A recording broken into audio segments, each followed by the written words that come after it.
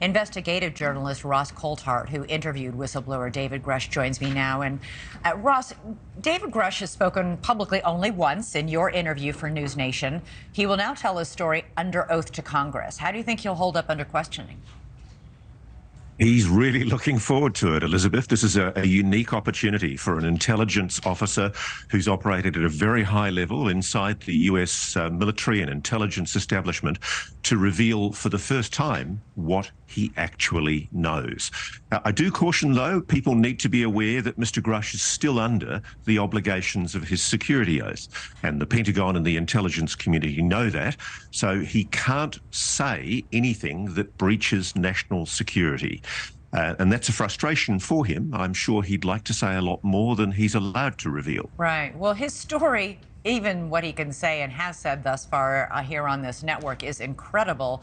But it's all based on secondhand information. He didn't actually see this non-human aircraft himself. He says he was told about it. Isn't that a problem? I don't think it is, no. I mean, I think this hearing that we're going to see next week is the beginning of multiple hearings. I think you're going to see a slow rollout of witnesses, including first-hand witnesses who are prepared to testify. This is getting a momentum now. What I think is the key issue is that it's quite clear that there has been obstruction. Mr. Grusch himself has made allegations of reprisals and harassment for his decision to come forward, and that's still the subject of investigations by the Inspector General of the intelligence community. But now, just in the last 24 hours, we've got allegations from 4 representatives, including Representative Tim Burchett of Tennessee, that there's been deliberate obstruction to stop representatives of a congressional oversight committee from being allowed to talk to Air Force pilots at Eglin Air Force Base.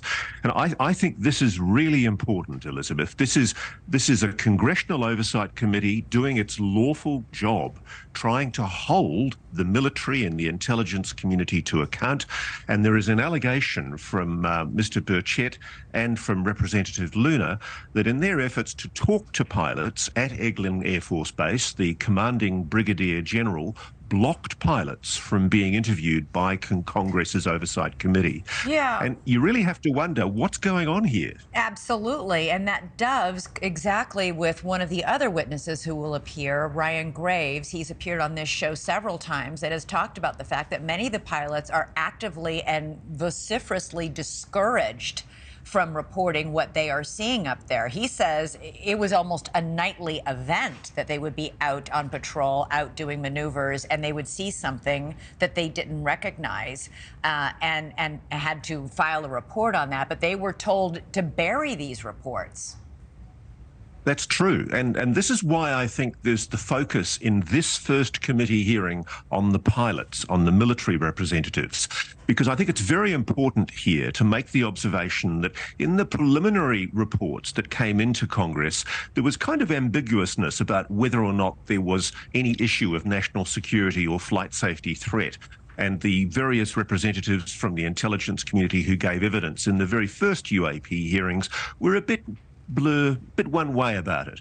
Now we've got pilots on the record basically saying they're concerned about multiple near misses. I think it's about 12 or 14 near misses that have taken place on training ranges. And I think that's very important. And I think what Ryan Graves and David Fravor are courageously doing is sticking their heads up above the parapet to signal to other pilots and other military witnesses that it's okay to come forward, that Congress wants your evidence, and despite efforts by people in the intelligence and defense community to obstruct this, and I think that's outrageous. These officers should be facing a court-martial investigation for their attempt to hinder a congressional inquiry. It's clear that what they're trying to do in the committee is signal to military witnesses that it's okay for them to come forward. Right. The other thing that's just happened, by the way, is Dr. Sean Kirkpatrick, the head of the Pentagon's UFO investigation office, has also done an interview with another network where he's basically admitted for the first time that they've interviewed almost 30 individuals who've come in to provide testimony. And while he's still running the line that none of this has led to any verifiable information that substantiates that the US government has these ships or a reverse engineering program, he's admitted that a number of these whistleblowers believe and have stated, and quote, "We believe them now," he says, that they have seen something, and we are investigating. Thank you for watching. Go to newsnationnow.com to find NewsNation on your television provider. And don't forget to click the red subscribe button below to get more of NewsNation's fact-driven, unbiased coverage.